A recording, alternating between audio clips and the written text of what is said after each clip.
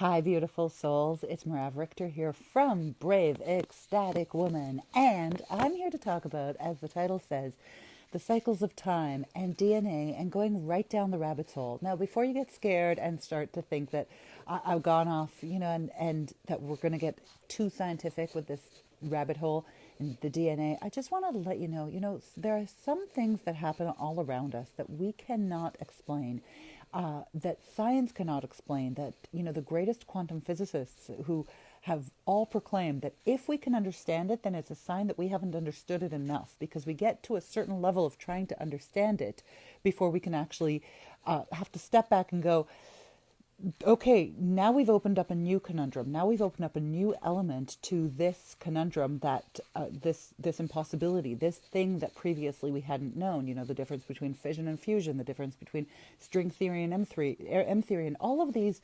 considerations that we had never taken into account before. I posted something on Facebook recently, which was this machine that dropped balls, kind of like the plinko game on The Price is Right, right? And the balls would drop, and then somehow they intelligently organized themselves into color coding. And it got this whole stream of conversation going about whether that is computer generated, whether it was whether it was a hoax, whether, the Snopes article said that it wasn't real. And so, it just brought open that conversation, and I love that kind of conversation. So whether it's real or not, or computer generated, I just love that it opened up that conversation, because it's really only until recent history that quantum physicists or science in general has really opened up that understanding about whether we know what it is that we know. So a Nobel laureate in 2008 did this thing with DNA and microbes, and separated them into color-coded, kind of like confetti, spread them all around, and found that, in fact, the color-coded combination was able to somehow intelligently organize in the universe. And then in 2011, another Nobel Prize winner won the Nobel Prize for Science for the creation of DNA in a test tube from nothing more than hydrogen and oxygen.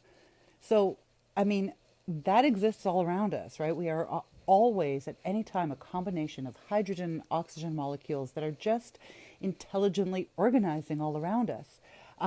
So whether we kind of know and look at those electromagnetic frequencies that do correspond, that do bring in sort of a magnetic resonance, a frequency that they're understanding, or not, right? And if it is starting to get all a little sci-fi and a little woo-woo, welcome to my world, if I have permission to go a little woo-woo, because it's actually stuff that's really interesting. Because what we start to see is that we do actually have, we have the same gravitational pull to the same kind of people around us. We have a gravitational pull to the cycles of time.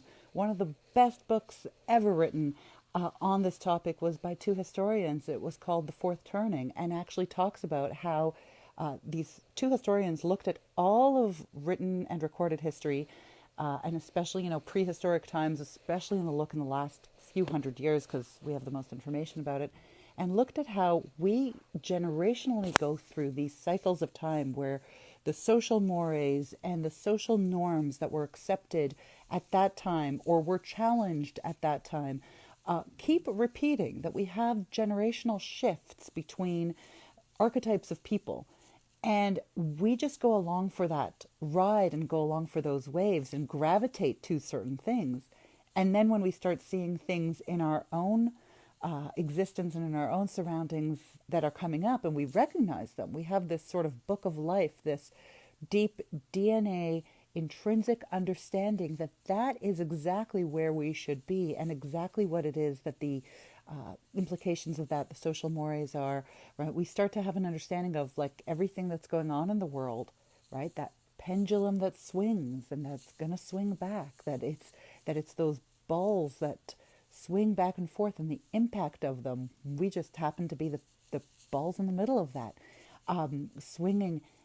And that once you start really getting the implication of that, then it really starts to take us deep into a rabbit hole, right? Like, what do we know anyway? If all of these cellular structures are all identifying themselves and coordinating themselves, and intelligent design fusing together or functioning together in a way that we can't even explain, then what do we know? What can we know? What can we know and what can we expect? Or what can we change? What can we challenge? What can we know as our role in the greater book of life of society, the greater message within society, the greatest legacy of the time that we're living into?